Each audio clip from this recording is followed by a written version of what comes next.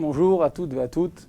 Bezrat Hashem, nous allons tous ensemble voir et essayer de comprendre la grandeur du Tana Eloki Rabbi Shimon Bar Yochai. Comment Rabbi Shimon Bar Yochai a-t-il eu le mérite d'atteindre à tel haut niveau de spiritualité? Comment se fait-il que c'est Rabbi Shimon Bar Yochai qui nous a dévoilé et qui a amené dans le monde la Torah Asod, la Torah qui est cachée, le Zohar, la Kabbalah, la Kabbale? Quel est le mérite particulier de Rabbi Shimon Bar Yochai dont les autres Tanaïm n'ont pas atteint un tel niveau? Béhémet, la Gemara dans Shabbat, page 138, nous enseigne que lorsque les Chachamim sont arrivés à Kerem Beyavne, dans la ville de Yavne, ils se sont tous retrouvés ensemble pour éviter justement la destruction après la destruction. Eh bien, ils se sont tous retrouvés ensemble et ils ont voulu dévoiler et ils ont voulu essayer de comprendre quel va être le sort de la Torah. Est-ce que l'Am Israël, à la fin des temps, arrivera-t-il à un tel niveau de manque de connaissances qu'ils ne pourront plus du tout connaître la Torah? En d'autres termes, est-ce que la Torah est amenée à être oubliée de la bouche du Am Israël? Béhémet, le pasouk dans le Navi nous dit « Hine yamim baim neum Hashem » donc Hashem jure que des jours viendront à la fin des temps, et j'amènerai la famine sur la terre. L'orav, la lechem, velo tzame la maim. Non pas une famine de pain, ni une soif d'eau, qui im lishmoa divrei Hashem, simplement la faim et la soif et la famine qui va frapper le monde entier sera un manque de Torah. Les gens auront soif de Torah. Venaou maim atzafon. Alors, Béhémet, à ce moment-là, Rabbi Shimon Bar Yochai, nous enseigne la Gemara, est venu et a dit Chaz v'shalom shetishdakar Torah m'Israël. Que Dieu préserve que la Torah soit amenée à être oubliée de la bouche du Ham Israël, comme le dit le pasouk Kilo tishachar mi pizaro. En aucun cas, eh bien, la Torah sera amenée à être oubliée de la bouche de la descendance du Ham Israël. Alors, Béhémet, comment peut-il expliquer le pasouk dans lequel on vient d'apprendre qu'il y aura une famine dans le monde? Eh bien, tout simplement, il y aura une famine de retrouver une halakha broura ou mishnah broura bemakom echad. C'est-à-dire que Béhémet, la halakha, eh bien, on est dans une telle génération avant la venue du Mashiach où la halakha ne sera pas parfaitement claire. C'est-à-dire qu'on peut voir un rav, il va nous dire c'est moutard, on peut aller voir un autre qui peut nous dire ça peut être assour, ou bien parce qu'il a mal étudié la Gemara, il a mal étudié le Shulchan Aruch, ou bien tout simplement, c'est ce qu'il a appris de son propre rav, parce qu'en réalité, la Torah eh bien, est de source divine. Elle a été dévoilée, donc Akadosh Baruch Hu nous a dévoilé, nous a descendu sur terre la Torah. Simplement, le fait de venir et de comprendre et d'interpréter la Torah, eh bien, on peut l'interpréter de 70 manières. C'est les 70 facettes de la Torah. C'est-à-dire que finalement, la parole d'Akadosh Baruch Hu, elle est unique, et la manière de l'interpréter, eh bien, on peut avoir 70 manières différentes d'interpréter, et toutes ces 70 manières, au taille, sont tous la mita shel Torah, elles sont tous la vérité et la réalité de la Torah. C'est ça, hein, le émet d'Akadosh Baruch Hu, eh bien, n'est pas comme nous l'entendons, qu'il y a un émet et un sheker. Non, il y a un mensonge et une vérité. Non, ce n'est pas comme ça. Il peut avoir un émet, une réalité, mais il peut avoir aussi, d'un autre côté, une autre réalité et une autre vérité. Donc c'est chacun selon son rav, selon son enseignement et selon son minhag. C'est la raison pour laquelle, eh bien, nous dit Rabbi Shimon Bar Yochai, à la fin des temps, eh bien, la Torah ne sera pas oubliée. Kilo tishachar mi pizaro. Jamais, en aucun cas, la Torah ne sera oubliée du Ham Israël. Il y aura une soif de Torah. Simplement, il est vrai que pour avoir la halakha de manière claire, alors il va falloir beaucoup la rechercher pour finalement pouvoir la trouver. La question en bataille, comment se fait-il que c'est Rabbi Shimon Bar Yochai qui a eu ce mérite de dévoiler le Zohar HaKadosh? C'est lui qui nous a amené sur terre la Torah Asod, la Torah qui est cachée, la Torah du Nistar, la Torah de la Kabbalah. Eh bien, Béhémet, la Gemara dans Menachot, page 29b, nous enseigne que Moshe Rabbeinu, lorsqu'il est monté pour recevoir la Torah, eh bien, il a vu Dor Vedorshav, Dor Vechachama, quand il est arrivé, il est monté pour voir en Eretz Israël, il n'a pas pu rentrer, alors Dieu lui a dit, écoute, je vais te mettre à l'entrée d'Eretz Israël, tu vas monter sur la montagne et tu vas voir la terre d'Israël. Mais quand tu vas la voir, tu vas voir spirituellement, c'est-à-dire que tu vas voir au fil des années, au long des temps, eh bien, tu vas voir et vérifier chaque rave, chaque manhig, chaque personne qui va diriger l'Am Israël jusqu'à la venue du Mashiach. Eh bien, nous dit Rachamim que Moshe Rabbeinu a vu Dor Vedorshav, Dor Vechachamav, il a vu à chaque génération son Rav, son dirigeant, et de cette manière, il a pu bémettre savoir et voir la fin du Ham Israël simplement, jusqu'à la venue du Mashiach, et donc une fin vadaï heureuse. Simplement, il a vu un moment, nous dit Rachamim, Rabbi Akiva, qui était Doresh Tilé Tilim chez l'Alachot, il enseignait des milliers et des milliers d'Alachot sur chaque cote, sur chaque lettre de la Torah, non seulement sur la lettre, mais sur la couronne, sur le cote, sur ce tag qui se trouve au-dessus de chaque lettre de la Torah, eh bien Rabbi Akiva, il va enseigner des milliers d'Alachot. Et Moshe Rabbeinu, il entend les enseignements de Rabbi Akiva, il ne comprend pas un mot, il dit « mais je ne comprends pas. C'est moi qui donne la Torah, et voilà que les générations à venir vont enseigner la Torah, et je ne vais pas la comprendre, c'est-à-dire que finalement, eh bien, je n'ai pas un si haut niveau que ça. » Chalash Da'ato, Akadosh lui a dit « non, tu vas voir, tu comprendras. » Alors à ce moment-là, Moshe Rabbeinu a dit « mais alors si tu as tellement personnes si grandes que ça dans la Torah, donne-leur la Torah par eux, que ce soit eux qui amènent la Torah sur terre. Pourquoi tu m'as choisi à moi de donner la Torah ?» Eh bien, Akadosh Baruch Hu lui a dit non. C'est moi, j'ai décidé que c'est toi qui vas amener la Torah écrite, et même la Torah orale a été enseignée à Moshe Rabbeinu. Simplement, la Torah orale est passée de génération en génération. Elle est passée à l'écrit à l'époque de Rabbi Yehuda Hanassi, donc les Tanaïm Akdoshim. Donc ils voient Rabbi Akiva en tant que Tana, et bien voilà que quoi ? Que c'est pas Rabbi Akiva qui a enseigné le Zohar HaKadosh, c'est pas lui qui l'a amené. C'est ni lui, ni ses 5 élèves. Rabbi Akiva, rappelons-le, avec 24 000 élèves qui sont tous morts entre Pessah et entre Atzeret, et ils ont arrêté de mourir le jour de l'Akba Omer. Et bien à ce moment-là, après ça, Rabbi Akiva est parti dans le sud et a trouvé 5 élèves, qui sont Rabbi Meir, Rabbi Elazar, Rabbi Yossé, Rabbi Yehuda et Rabbi Shimon Bar Yochai. C'est-à-dire que finalement, toute la Torah orale qui nous reste aujourd'hui, elle provient de ces 5 élèves. Malgré tout, Rabotai, la seule personne qui a dévoilé le Zohar, c'est Rabbi Shimon Bar Yochai. La question, une fois de plus, c'est comment se fait-il que c'est lui qui a eu tant de mérite de dévoiler la Torah orale et la Torah du Sod, la Torah du Zohar HaKadosh. Eh bien, Béhémet, la Gemara nous enseigne là-bas que Rabbi Shimon Bar Yochai se retrouve avec ses amis, avec les Gdolim de l'époque. Ils ont commencé à discuter sur les bienfaits et les méfaits de la génération des Romains. Comment expliquer la Hitkadmut, le modernisme, la grandeur du peuple romain. On sait bien que c'était le plus grand empire à l'époque. Et ils voulaient savoir quel est le mérite des Romains de s'être imposés sur le monde entier, d'avoir imposé leur culture, de s'être imposés au niveau de la guerre, au niveau des finances, au niveau de la politique, au niveau philosophique. Finalement, l'influence romaine était énorme. Alors voilà que les Chachamim discutaient entre eux pour savoir quel est le sort de ce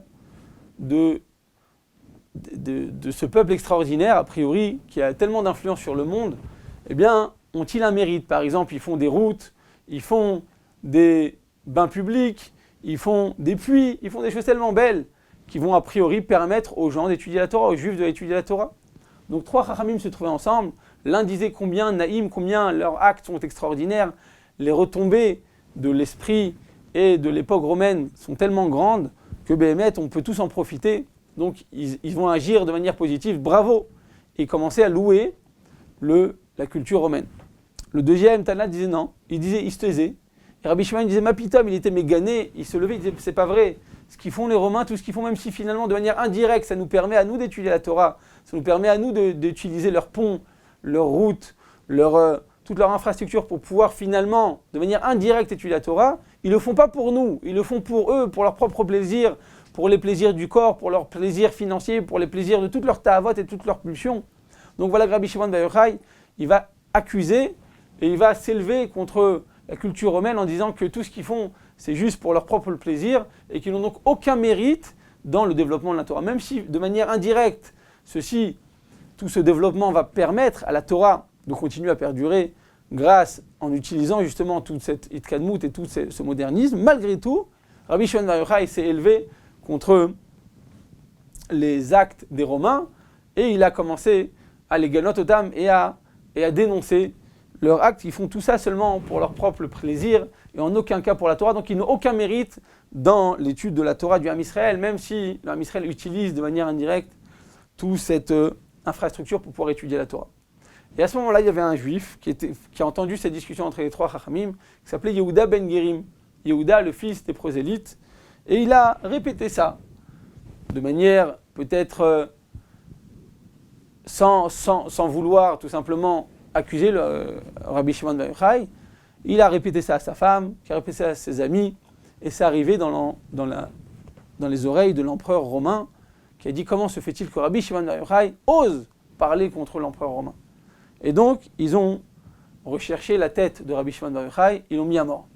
Rabbi Shimon Bar Yochai, nous disent les Chachamim, s'est sauvé dans la synagogue dans un premier temps avec son fils, et sa femme venait tous les soirs leur amener un plat pour pouvoir manger, pour pouvoir subsister dans ces conditions difficiles. Au bout d'un certain temps, Rabbi Shimon a dit à son fils, Rabbi Eliezer, il lui a dit, écoute mon fils, je pense que maman, elle risque de craquer, parce que c'est évident que les Romains vont venir dans la maison, ils vont nous rechercher, ils risquent de prendre maman et de la faire souffrir pour pouvoir dévoiler où nous nous trouvons, et peut-être qu'elle va craquer finalement, elle risque de dévoiler le poteau rose. Donc sauvons-nous. Et ils sont partis, sans avertir qui que ce soit, ils sont partis dans une grotte pendant 12 ans. Pendant 12 ans, ils se sont mis dans une telle situation, en bouteille, ils étaient seuls. Lui et son fils, Rabbi Eliezer, ils se sont commencés à étudier la Torah. Le problème, c'est qu'à ce moment-là, ils auraient pu dire, bon, nous on a fait ce qu'on devait, moi j'ai parlé de manière négative des Romains parce que je pense qu'effectivement ils font ça que pour leur plaisir. En d'autres termes, je n'ai pas été ouvert sur l'interdiction, on n'a pas le droit de l'achnif un rachat. Quand un rachat il agit mal, on ne doit pas lui dire oui c'est bien ce que tu fais, je suis d'accord avec toi. On doit lui dire en face, c'est faux, tu n'as pas le droit d'agir de cette manière, tu agis mal, on doit lui faire des remontrances. Mais Rabbi Shimon Bar Yochai, a priori il a agi de manière positive en faisant ça. C'est un ish emet, il dit la vérité. Et voilà qu'il se retrouve puni, il se retrouve dans cette situation où il est dans une grotte tout seul avec son fils, il n'y a pas à manger, pas à boire, ils sont venus sans le dévoiler à qui que ce soit, personne ne sait qu'il se trouve vivant dans cette grotte, et il a dit à son fils, écoute, si on est là, c'est qu'on a une mission à faire, étudions la Torah. Disent Rachamim, comme ils avaient un seul habit sur eux, ils n'avaient aucune provision, eh bien ils ont creusé la terre, et ils se sont retrouvés tout seuls, dans la terre, en train d'étudier la Torah. Ils ont fait ça pour ne pas abîmer leurs habits, parce que rester 13 ans dans une grotte avec les mêmes habits, bien effectivement, ça pouvait s'abîmer. Donc ils ont dit, on va laisser ça de côté, on va rentrer dans cette grotte, dans ce trou, et on va pouvoir maintenant étudier la Torah. Ils ont commencé à étudier la Torah avec réchec, avec envie, avec joie, avec amour de la Torah. Nous disent Rachamim, ils se sont tellement investis, ils se sont tellement sacrifiés pour la Torah, que Eliyahu Hanavi s'est dévoilé à eux, et leur a amené la Torah du Sod, donc le Zohar HaKadosh, a été donc dévoilé à Rabbi Shimon Bar Yochai, par qui? Par Eliyahu Hanavi lui-même. De sa bouche, il venait leur enseigner la Torah du Sod, donc la Torah tellement élevée, une Torah tellement pure, que personne, très peu de personnes, en tout cas à notre époque, peuvent avoir une véritable notion du Zohar et de la Kabbalah. Et voilà que Rabbi Shimon Bar Yochai et son fils étudient avec Messirut Nefesh, 1 an, 2 ans, 10 ans, 12 ans, Rabotai se retrouvent dans cette grotte en train d'étudier la Torah. Comment ils ont fait pour vivre? Eh bien, c'est évident que c'est une question tellement qui saute aux yeux. Eh bien, effectivement, Akadosh Baruch Hu fait un miracle. Ils sont rentrés dans cette grotte. Immédiatement, il y a un ruisseau qui est passé sous leurs pieds, donc ils pouvaient boire tous les jours. Et il y a un caroubier qui a poussé de la terre. Et ils mangeaient tous les jours les caroubiers avec de l'eau. Nous dit Rachamim, la Gemara dans Brachot, qu'il n'y a pas un aliment qui fait plus mal au ventre et qui est si mauvais pour la digestion que le caroub. Le caroub, nous dit Rachamim, c'est comme un khérev, c'est comme un glaive dans le ventre d'une personne. Malgré tout, Rabbi Shimon Bar Yochai et son fils ne font pas de cours de diététique et ils étudient la Torah. L'essentiel, c'est de pouvoir étudier, de pouvoir subsister pour pouvoir étudier la Torah. Et effectivement, donc dans ce miracle, ils boivent de l'eau tous les jours de cette source miraculeuse et de ce caroubier miraculeux, ils vont manger tous les jours.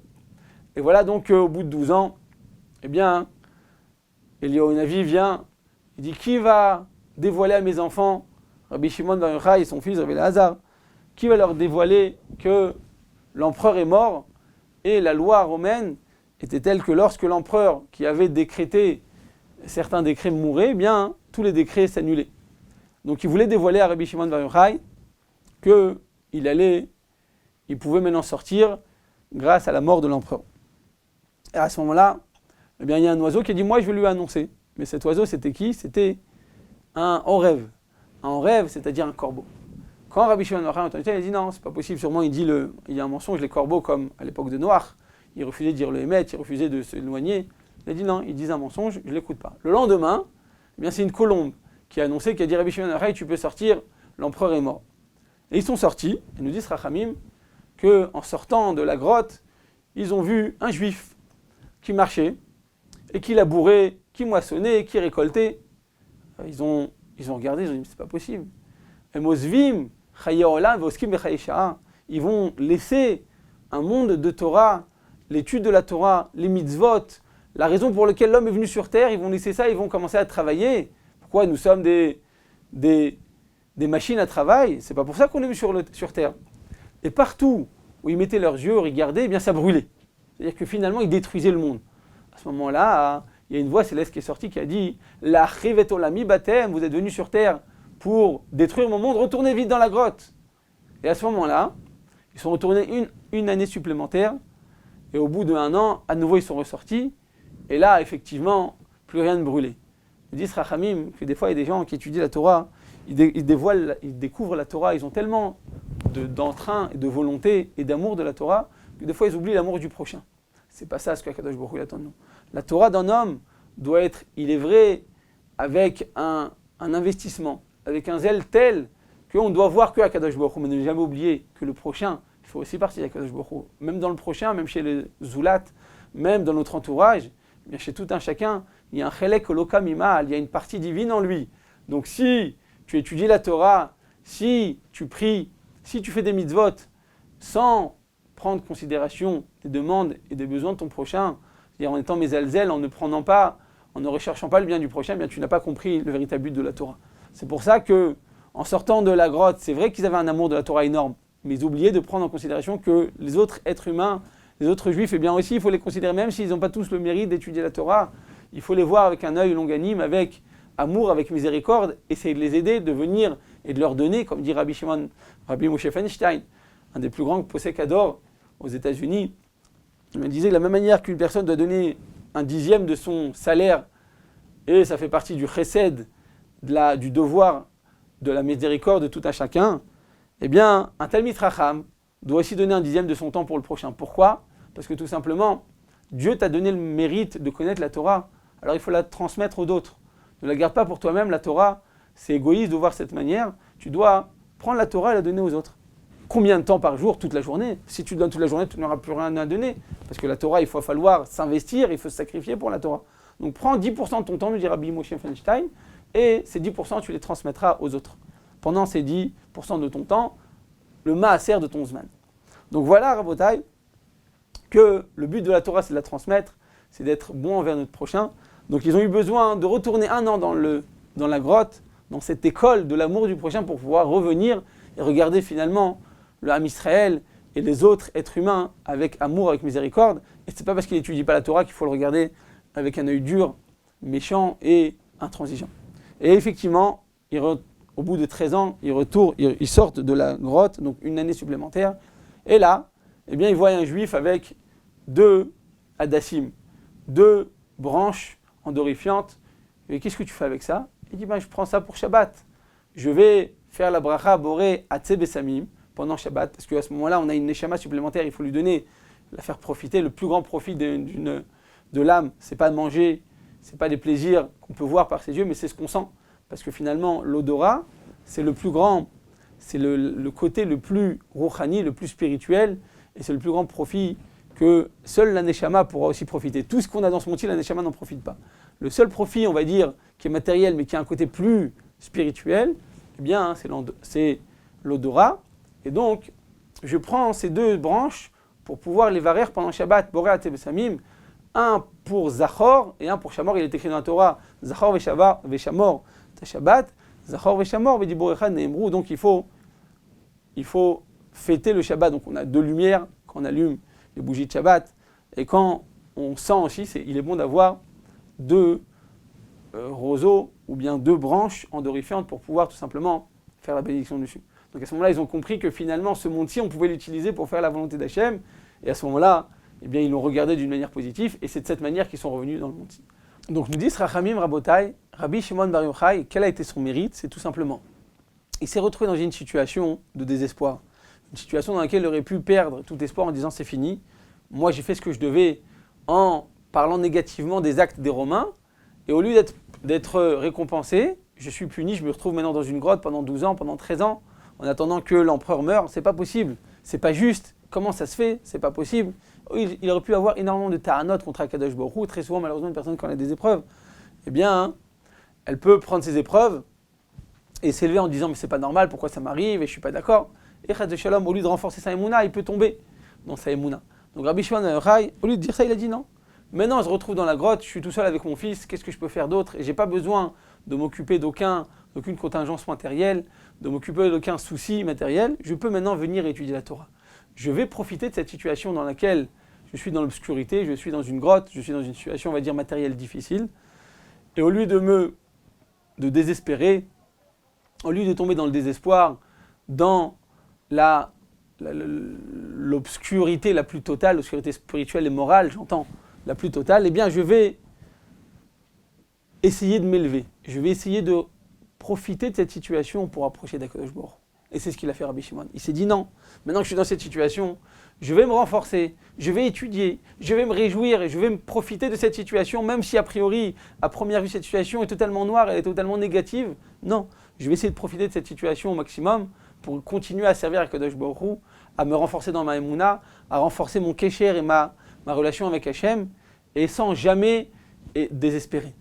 En d'autres termes, Rabbi Shimon Bar Yochai, ce qu'il a su faire, il a su prendre cette situation de désespoir, il a su prendre cette chute pour pouvoir s'élever à Akadosh Baruch Hu. De la même manière que quand une personne, elle désire sauter, elle désire atteindre un niveau, même au niveau physique, elle désire atteindre un niveau, pouvoir sauter en avant, eh bien comment elle fait? Elle doit d'abord reculer. On recule pour mieux sauter.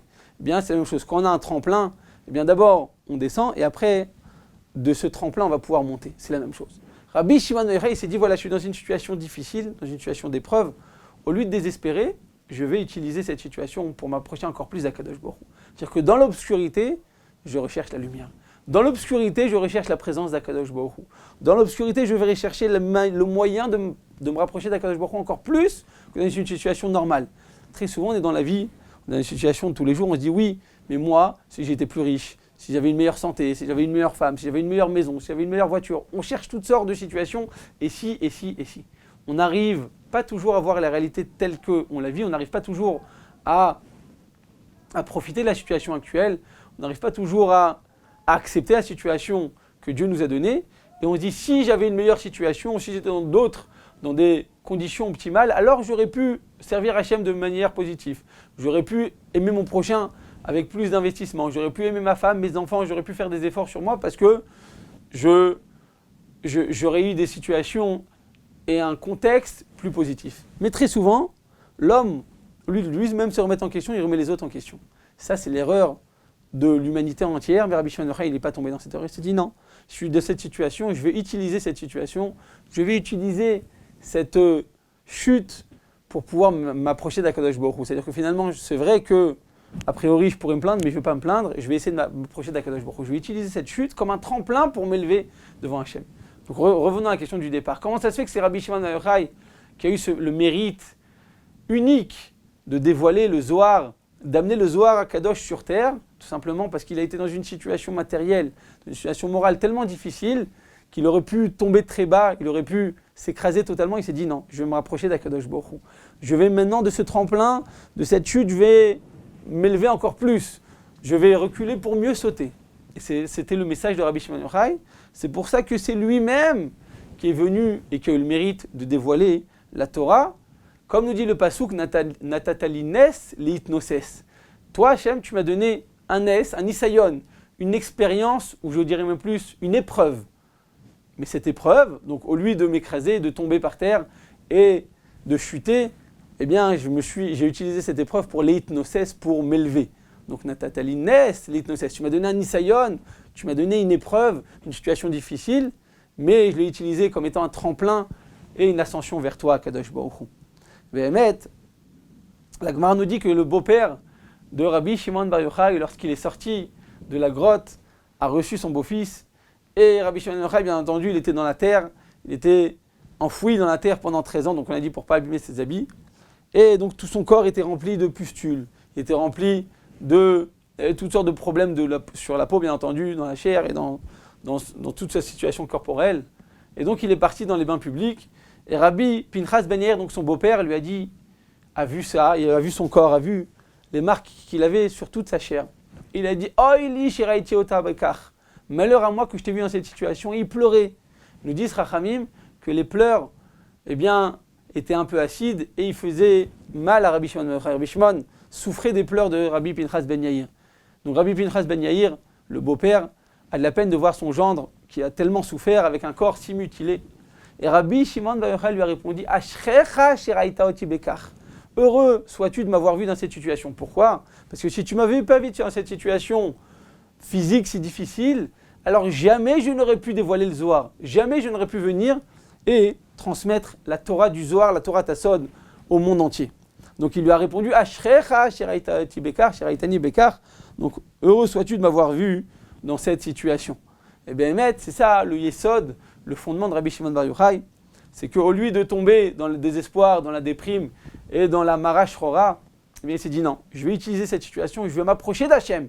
C'est un espoir tellement, c'est une situation, c'est une leçon d'espoir tellement grande à Botaï. On se retrouve tous dans des situations, on se dit tous, oui, j'aurais préféré avoir de meilleures conditions, une meilleure situation. Toujours on voit que chez le prochain, a priori, c'est plus souriant que chez nous, comme le dit le fameux adage.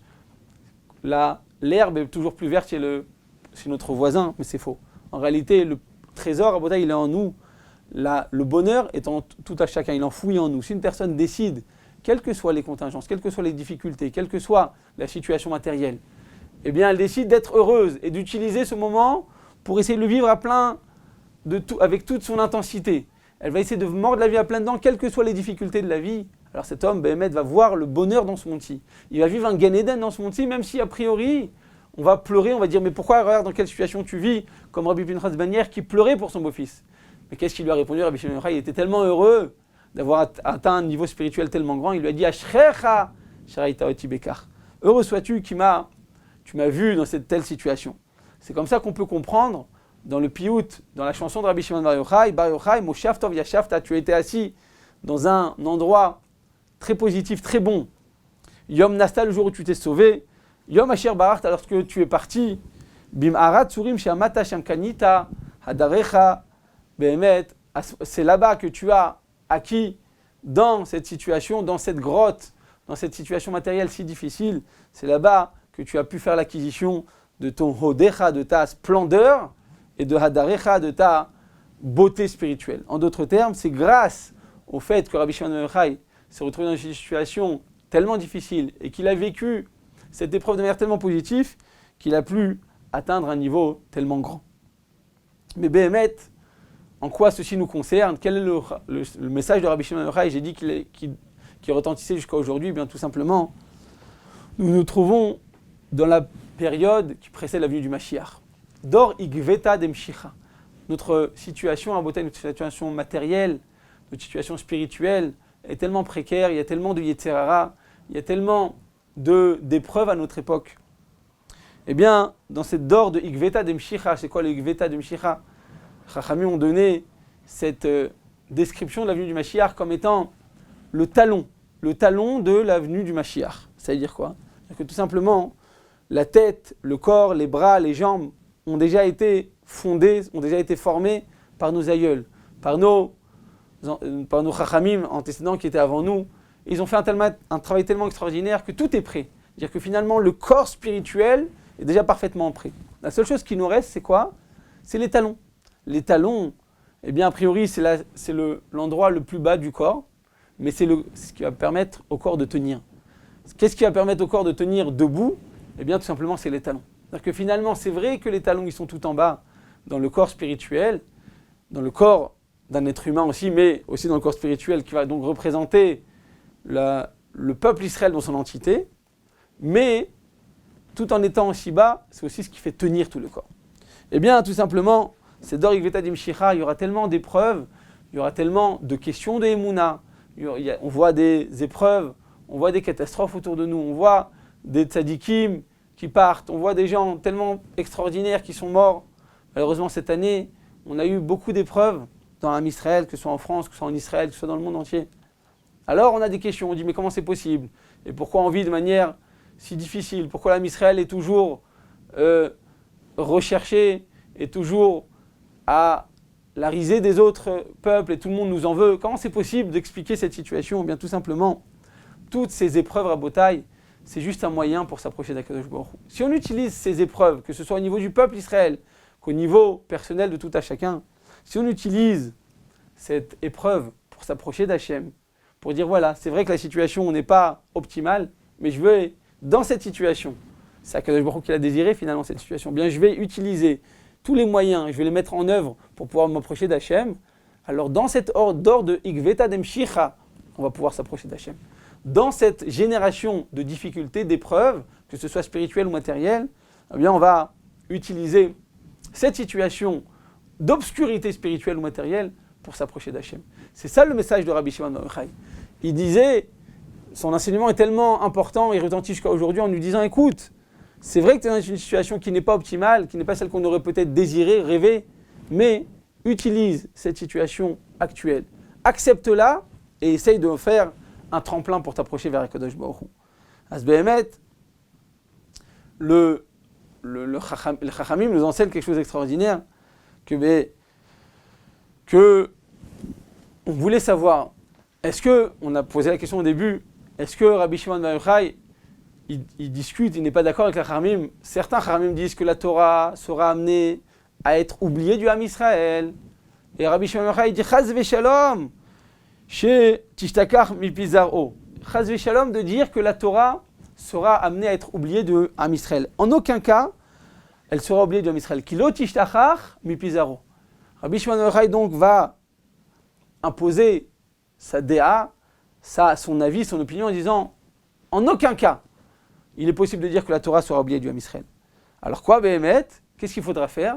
Bien, il faut savoir que la Torah retentira jusqu'à la fin des temps, jusqu'à la venue du Mashiach. Et pourtant, la Gemara, dans Baba Metzia, page 85a, nous enseigne une histoire incroyable, qui n'est pas connue, mais qui est une Gemara Meforesheth. La Gemara nous dit comme ça, que Rabbi Yehuda Hanassi, donc l'auteur de la Mishnah, le premier des Tana, eh bien, est arrivé dans la ville de Rabbi Elazar, donc le fils de Rabbi Shimon Bar Yochai. Et il a demandé, donc Rabbi Shimon Bar Yochai est déjà mort, Rabbi Elazar est aussi mort, et il a demandé, en arrivant dans cette ville, est-ce que Rabbi Elazar a laissé un fils après lui? En d'autres termes, est-ce que Rabbi Shimon Bar Yochai a-t-il un petit-fils vivant sur terre? Il va voir dans sa ville, il n'a plus entendu parler de la descendance de Rabbi Shimon Bar Yochai. Ils lui ont dit oui. Rabbi Shimon Bar Yochai a un petit-fils, donc Rabbi Elazar, le fils de Rabbi Shimon Bar Yochai, a laissé un fils. Rabbi Shimon donc est mort, Rabbi Elazar eh bien aussi est mort, et ils ont laissé un petit-fils qui s'appelle Yossi, donc un jeune homme qui s'appelait Yossi. Et voilà qu'il lui a dit quelle est la nature de ce jeune homme. On lui a répondu de manière surprenante que ce jeune homme, donc Yossi, était un jeune homme qui n'agissait pas positivement. Il faisait des avérotes, peut-être même, nous dit la Gemara, beaucoup d'avérotes. Il recherchait énormément de pulsions, de plaisirs, et donc ce n'était pas un bon garçon. Comment c'est possible que Rabbi Shimon Bar Yochai ait laissé un petit-fils sur terre, qui ne soit pas un tzaddik, qui agit négativement? Eh bien, nous dit la Gemara, Rabbi a tellement eu de peine, Rabbi Yehuda Hanassi, il a pris son oncle, l'oncle de Rabbi Shimon Bar Yochai, donc le frère de sa mère, l'oncle de Yossi, donc le frère de la maman de Yossi, d'accord, et qui s'appelait donc Rabbi Shimon ben Lekounia, et il lui a dit écoute, je vais t'engager pour enseigner à ton neveu de la Torah. Je te demande tous les jours de venir enseigner la Torah à ton neveu. Mais avant ça, il est parti voir Yossi, qui était donc un bachour qui n'allait pas dans le chemin de la Torah, et il a été masmir oto besmichat rachamim, c'est-à-dire qu'il a désigné comme étant rave. Et il lui a donné les habits d'un rave. Il lui a donné le pouvoir d'un rave. Il lui a donné la théouda et les diplômes d'un grand rave. Comment c'est possible? Rabbi Yehuda Hanassi, qui est donc le chef de Tanaïm Akdoshim, va venir et a priori va agir avec iniquité. Il ne va pas agir avec droiture. Pourquoi? Parce qu'on sait très bien que pour être un Dayan, il faut être un gadol en Torah. On ne peut pas faire des fausses élections, comme malheureusement ça arrive dans le monde entier pour la présidentielle. Eh bien pour la Torah, ce n'est pas comme ça. Il y a des critères bien clairs. Comment c'est possible que Rabbi Yehuda Hanassi va désigner et va donner le diplôme de Rav à un jeune homme qui ne va pas dans le chemin de la Torah? Il est parti immédiatement voir donc l'oncle de Yossi, Rabbi Shimon ben Lakunia. Il lui a dit, enseigne la Torah à ton neveu. Tous les jours, je te demande de lui enseigner la Torah. Et nous dit la Gemara que malheureusement, Yossi, tous les jours quand il étudiait la Torah avec son oncle, il disait, je ne veux pas. Et il pleurait, il dit, je veux retourner dans ma ville, je vais retourner à mes occupations, je veux vaquer à mes occupations quotidiennes, journalières, qui me permettaient de faire ce que je voulais dans la vie, qui me permettaient d'agir comme bon me semble. En d'autres termes, laisse-moi retourner à ma vérote, je ne veux pas étudier la Torah. Mais Rabbi Shimon ben Lakunia, il n'a pas abandonné. Il a donc été désigné par le Gdolador, Rabbi Yehuda Hanassi. Il lui a dit, non, tu l'enseigneras tous les jours, quelle que soit la situation. Et il lui a dit, à ce moment-là, il lui a répondu, Rabbi Shimon ben Lakunia, à son neveu, il lui a dit, mais dis-moi, tu te rends compte que Rabbi Yehuda Hanassi t'a donné le titre de Rav, tu te rends compte qu'il t'a donné le pouvoir d'un Rav, tu te rends compte qu'il t'a donné les habits, l'uniforme, l'influence tellement grande d'un Rav, et toi tu vas abandonner tout ça pour retourner dans ta ville faire tes bêtises, tu te rends compte que tu risques de perdre.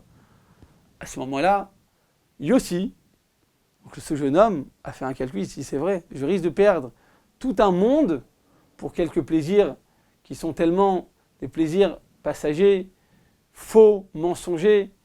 Eh bien oui, effectivement, je reconnais.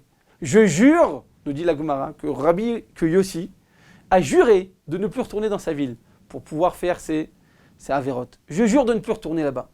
Et depuis ce jour, il s'est efforcé d'étudier la Torah au quotidien, à tel point qu'il a commencé à atteindre un niveau certain dans la Torah, et il a envoyé à la yeshiva. Et à la yeshiva, il y avait donc là-bas, c'était qui le Rosh Yeshiva? Rabbi Yehuda Hanassi, donc qui était venu des années précédemment, et avait désigné Rabbi Shimon ben Lakunia pour enseigner à ce Yossi. Et voilà que Rabbi Yehuda Hanassi se trouve dans le Beth Midrash et entend la voix d'un enfant, d'un élève qui étudie la Torah, mais il a la même voix que Rabbi Elazar. Alors il a dit, cet enfant-là a la même voix que Rabbi Elazar, fils de Rabbi Shimon ben Yochai. Donc il a la même voix que son père. Et à ce moment-là, ils se sont levés, ils ont dit, oui, effectivement, tu t'es pas trompé, Kvod Harav, c'est effectivement le fils de Rabbi Elazar, donc le petit-fils de Rabbi Shimon ben Yochai. Alors Rabbi Yehuda Hanassi, il était content, il était heureux, il s'est dit, ah, finalement, le petit-fils du Gdol Hador, le petit-fils de Rabbi Shimon ben Yochai, est revenu dans le chemin de la Torah, il était heureux, il était content. Et donc, Rabbi aussi, donc qui est devenu Rabbi, il a enseigné la Torah, il a étudié la Torah, il est devenu un chashuv dans la Torah. Il nous dit, Chachamim, une fin surprenante. Au moment de sa mort, ils ont pris le cimetière, ils ont pris le cercueil, de Rabbi aussi, petit-fils de Rabbi Shimon ben Yochai, et ils ont voulu l'amener dans la grotte où se trouvaient Rabbi Shimon ben Yochai et Rabbi Elazar, donc où ils étaient enterrés, donc à Méron. À notre époque, c'est plus une grotte, c'est tout un complexe, mais en tout cas, à l'époque, il s'agissait d'une grotte, vous savez, en dessous, quand on descend en dessous le kever de Rabbi Shimon ben Yochai, eh bien, il y a là-bas la fameuse histoire de la grotte dans laquelle Rabbi Shimon ben Yochai, en fait, il est enterré en dessous. Eh bien, là-bas, nous dit la Gemara, qu'ils ont voulu s'approcher avec donc, le cercueil de Rabbi aussi, pour pouvoir l'enterrer avec son père et son grand-père, et à ce moment-là, il y a un serpent qui a ouvert la bouche, il ne les a pas laissés s'approcher. Alors, nous disent Rachamim, les élèves, les Gdolim, les Rabbanim qui sont accompagnés le corps, on dit à ce cercueil, on dit pardon à ce serpent, ouvre ta bouche et laisse-nous passer. On désire enterrer, pas un étranger, on désire enterrer le petit-fils de Rabbi Shimon ben Yochai, le fils de Rabbi Elazar. Donc c'est la suite logique, laisse-nous l'enterrer. Et le serpent a refusé d'obtempérer, il n'a pas voulu bouger. Il ne savait pas quoi faire. À ce moment-là, tout le monde s'est dit, ah, bah effectivement, Rabbi aussi, finalement, il n'est pas si grand que ça.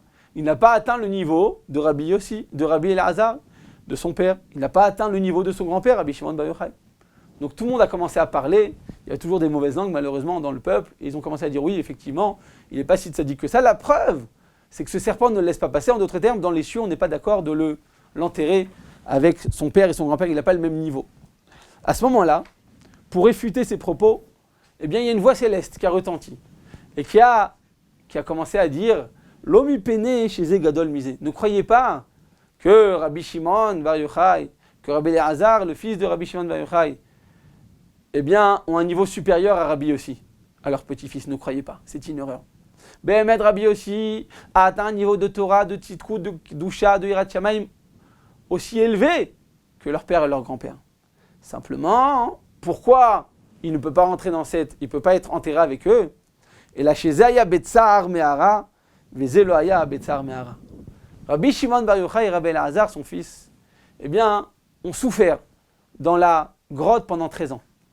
Mais Rabbi aussi, il a grandi dans l'opulence, dans les honneurs, il a grandi dans l'espoir de devenir un grand rave et d'être connu de tous, parce que ça a été la promesse de Rabbi Yehuda Hanassi en lui donnant ses habits, en lui donnant la Teuda, en lui donnant à ce moment-là son diplôme de rave. Effectivement, il a étudié la Torah, mais il n'a pas étudié dans la souffrance, dans la difficulté, dans l'épreuve. Il a étudié, c'est vrai, dans l'opulence, dans la matérialité, dans tout ce qui était nécessaire pour pouvoir étudier au quotidien, donc on ne va pas le blâmer, mais il ne peut pas être enterré avec eux parce qu'eux, ils ont étudié la Torah dans la souffrance, dans la difficulté, dans l'épreuve. Donc Rabotai, on a dit tout à l'heure comment ça se fait que Rabbi Shimon Bar Yochai, c'est lui qui a dévoilé la Torah Tassod, la Kabbalah, la Kabbale. On a répondu tout simplement parce que lui a étudié la Torah dans la difficulté, dans l'épreuve. Il a étudié dans cette grotte, sans poser de questions, sans s'élever, sans l'achlish, sans amoindrir son niveau d'Emouna, et en s'approchant d'Akadosh Baruch Hu. Eh bien, on a dit aussi comment ça se fait que Rabbi aussi, qui a finalement atteint un niveau de Torah aussi élevé que son père et son grand-père, comme la voix céleste a retenti pour prouver et pour effectivement donner le cachet. Sachez que Rabbi Yossi Bémet, c'est un grand sadique, comme son père et son grand-père, mais il n'a pas étudié dans la difficulté. En d'autres termes, Rabotai, eh bien, c'est le fait de s'être retrouvé dans cette situation difficile, dans cette situation d'épreuve, qui a permis à Rabbi Shimon Bar Yochai et à son fils Rabbi Elazar de dévoiler le Zohar Kadosh. C'est grâce à l'épreuve qu'une personne peut s'élever. On ne va pas rechercher les épreuves, mais si elle vient vers nous, au lieu de s'élever contre Hachem et en posant des questions et en n'étant pas d'accord et en faisant la tête, eh bien, on va dire, écoute, je suis dans une situation difficile, certes, mais je vais maintenant rechercher Hachem. Au lieu de m'élever contre Hachem, je vais rechercher la divinité dans l'obscurité. Comme disait David Ameler, Gam ki eshev bachosher Hachem orli. Même quand je suis installé, parce que je suis assis dans l'obscurité, je sais qu'Hachem, eh bien, il m'éclaire. Qui est ma lumière dans les ténèbres? C'est Akadosh Baruch Hu, c'est la présence divine. Donc, Behemet, Rabbi Shimon Bar Yochai, il a compris ce message et c'est ce qui va nous retransmettre à tous ses enfants, jusqu'à la venue du Mashiach. Behemet, Rabbi Akiva a dit sur son élève, Rabbi Shimon Bar Yochai, sage Rabbi Shimon Bar Yochai que tu as un niveau de Torah tellement grand. Dayecha sheani uborecha makirim et kochacha. Ça suffit que moi, Rabbi Akiva, ton maître, et Akadosh Baruch Hu, ton créateur, connaissent ton véritable niveau. On connaît ton véritable niveau de spiritualité, on connaît ta grandeur en Torah, ça suffit. Behemet, comment ça se fait que Rabbi Shimon Bar Yochai, il a eu un petit-fils qui a peut-être mal tourné dans un premier temps, mais après il a été sauvé, tout ça, comment ça se fait qu'il a été sauvé et qu'il a atteint un niveau de spiritualité tellement grand, comme Rabbi Elazar et comme son grand-père Rabbi Shimon Bar Yochai? Simplement parce que c'est Rabbi Shimon Bar Yochai qui s'est élevé et qui a assuré et qui a déclaré bien haut Kilo tishachach mi pizaro, jamais la Torah elle sera oubliée du Ham Israël. La Torah elle perdurera, la Torah elle continuera à retentir dans la bouche de tout un chacun, de tout un Ham Israël, et jamais la Torah sera oubliée. Il ne faut pas croire que les épreuves, c'est ce qui nous permet, ce qui nous justifie de ne pas étudier la Torah, c'est faux. Au contraire, il faut se renforcer sans arrêt. Comme nous dit Rabbi Shimon Bar Yochai, Kilo tishachach mi pizaro, eh bien, même à la fin des temps, la Torah ne sera pas oubliée de la fin et de tout Ham Israël. Et donc c'est ça le message de Rabbi Shimon Bar Yochai. Quelle que soit la situation, quelles que soient les épreuves de tout un chacun, il ne faut pas désespérer, il ne faut pas perdre espoir, il faut se renforcer dans notre émouna et se dire si je suis dans cette situation, c'est Dieu qui l'a désiré, donc je vais utiliser même cette situation difficile comme étant un tremplin vers Akadosh Baruch Hu. Et enfin, Rabbi Shimon Bar Yochai, c'est lui qui a déclaré tout, bien haut, jamais la Torah ne sera oubliée du Ham Israël, et c'est ce qui a permis à ses petits-enfants d'être sauvés et de continuer à étudier la Torah. Yiratzon, que le srout de Rabbi Shimon Bar Yochai nous protège, à nous, le Ham Israël, nos enfants, petits-enfants, jusqu'à la venue du Mashiach. Bimera Beinu, Amen, ve Amen.